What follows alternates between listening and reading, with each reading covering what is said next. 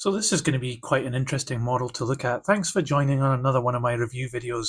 This model is a Piko steam locomotive. It's a 210 Deutsche Reichsbahn BR52 locomotive, and it has the condensing apparatus and that really impressive tender at the back as well. It didn't come with a box, it just came in this polystyrene sleeve, which looks really quite dirty as well. I picked this up secondhand from the Dundee Model Railway Show this year. So I'll get this out of the packaging and we can take a closer look.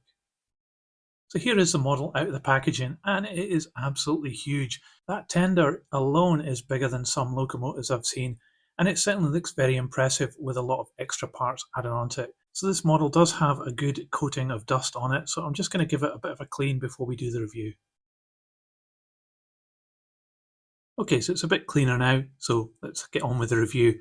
One thing straight away you'll notice about this locomotive is that it's got loads of extra parts added onto it, lots of additional plastic pieces as well as the main moulding. Also, this locomotive isn't driven, it's actually the tender that does the drive, so these wheels are free to revolve. But the operation of these wheels doesn't seem very smooth. You can see it jumping a little bit there, and it does feel a little bit plasticky as well. Interestingly, it has a pickup here at the front on these front two wheels, so I'm guessing that is to power some lights at the front of this locomotive. And at the front you can see straight away this massive boiler and this big huge door at the front. It's such a fat locomotive, this one, and the front profile really shows off the dimensions of this locomotive. It's got a nicely printed number there. There's not a huge amount of detail here, but what is there is really quite good, and it looks as though the door would open, but it doesn't actually open, so it's a good moulding there. It has these steps coming down to the front, and then the front part that sticks out here to the buffer beam has these plastic buffers which have a bit of movement in them as well, which is good, so they can take a couple of knocks and not get broken. I quite like that Piko has made these of pliable plastic. It also has this dummy coupling fitted here, and the pony truck down here has got no capacity to add a coupling in either, so it's quite interesting that they've done. So it is quite interesting that this model has been made without that option. This does look as though it has had some glue applied to this coupling here, so maybe this has fallen out in the past and somebody's glued it back in. And here we see the lights with a bit of clear plastic inside. If you look at the back here, you can see that the plastic extends down into this area, so it does look as though there's possibly a light bulb in this kind of area of the locomotive.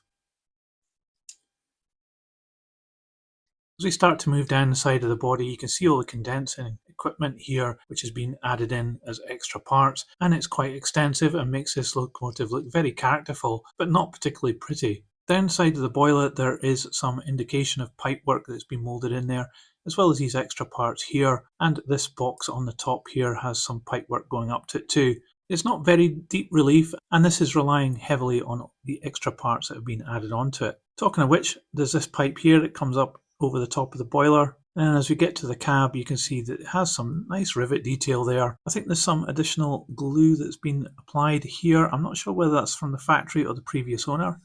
And then at the back here we have a moulding of a door with a handle and glazing, which isn't very clear really. It's almost flush fit, but it's not quite. And then we have these steps coming down in the red colour. And that red has been applied along this part of the model, but it does suffer in places like here, especially where it's really quite fuzzy and very poorly applied. This one does have some chips on that paintwork. I think it's probably just indicative of this model having had a bit of a hard life in its past. This part here where the pistons are is quite a nice moulding though. It has some rivet detail and these hatches are very convincing. And this plastic part here in red is also really quite nice. A strange mix of just okay and really nice so far. The condensing equipment pipework is still visible here. It comes down underneath this part. Inside the cab, absolutely nothing in there at all. There is a weight at the front there, but there's no cab detail and just two horrible little prongs coming up from below, so it's holding the model together. And we have this here, which is indicative of the condensing pipework.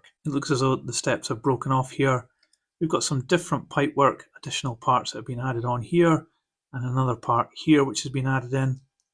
It does look as though it should have something up here. I'm not quite sure if it does or not, but it certainly looks like something was there in the past. And also I did notice here that there is something missing here as well. And we have a bit of glue damage down here too.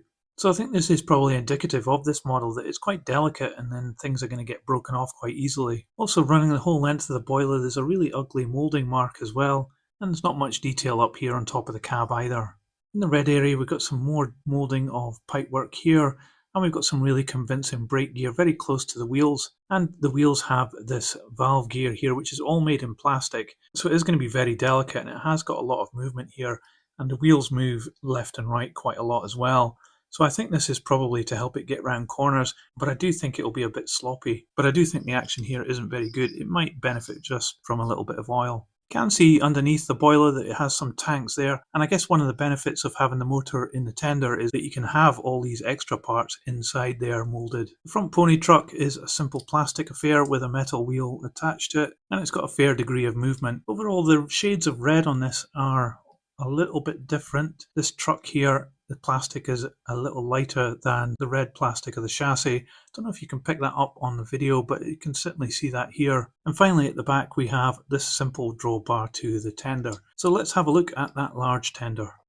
So this is extremely heavy because it does have the motor inside it. And also I'm seeing straight away that this part here seems to have some texture on it. I don't think it's meant to have that. That could be some glue damage from a previous owner. So I definitely think this locomotive has been through the wars a few times. You got some nice printing here of some numbers, and it's got hatches as well on here and some steps going up to this area where it's got some more hatches. At this end it's quite simple, this moulding.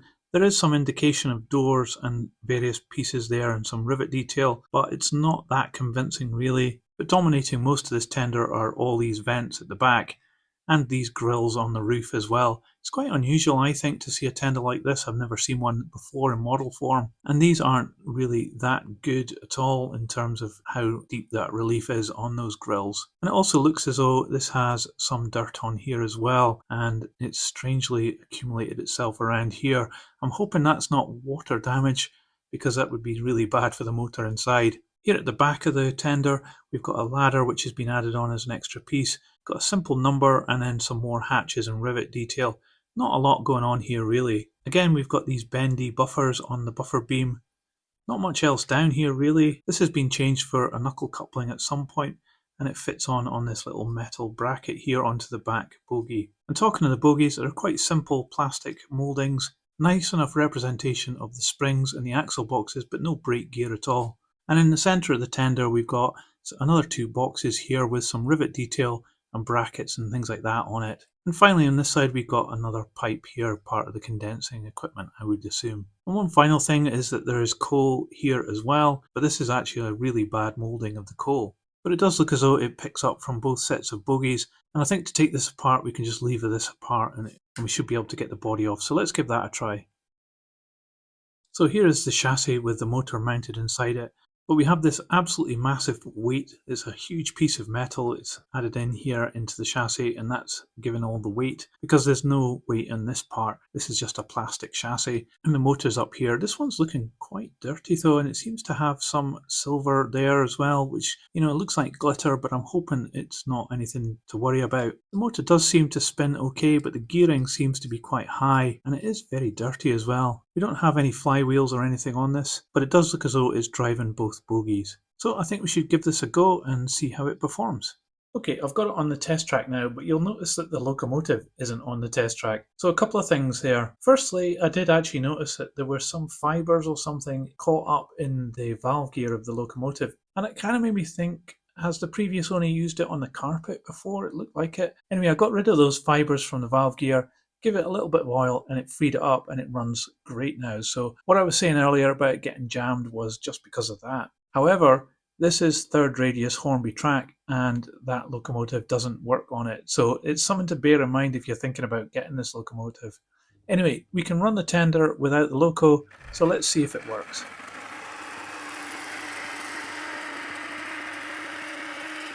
Gosh, it sounds terrible. At least it runs smoothly. I'm just going to give it some oil and we'll give it another go.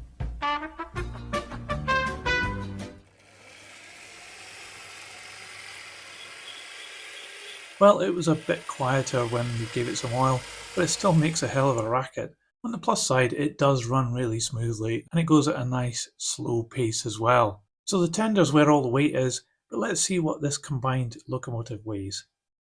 So together this weighs 489 grams. So this model of a BR52 from Piko I think is a bit of a mixed bag. It definitely has appeal just for what it is. It's quite an impressive locomotive with lots of extras on it, and certainly that tender is quite a size of a thing. It would look really impressive on any layout, but it would have to be on a layout that can support it because it can't get round even radius 3 curves. There's some obvious things that are not quite right about this locomotive. It does feel a little bit plasticky. There doesn't seem to be enough weight in the actual locomotive itself, and the valve gear's all plastic as well, and all those little bits on it could get broken off quite easily too. It's also very noisy when it runs, and overall it just gives a feel that this is a bit of a toy and a bit of a budget model as well. I've seen much better models from Piko, and I don't think this is one of their finest. That said though, this is a very rare locomotive and quite unusual as well, not your run-of-the-mill stuff. So it does have appeal in that respect, but all it would take is for another manufacturer to make this and make it good, and then this one would be worthless. So the fact that this impresses so much with its presence is the big plus for this model and would make it an interesting thing to purchase. So I've got mixed feelings about this one, but what do you think about it? Let me know in the comments below what you thought about my analysis of this model and your thoughts on the BR52. It's certainly quite unusual, so I hope you liked this video. If you did, please give it a thumbs up. It really helps this channel grow. I'll put this on the turntable so you can see all the way around, but that's it for today. Thanks for watching. See ya!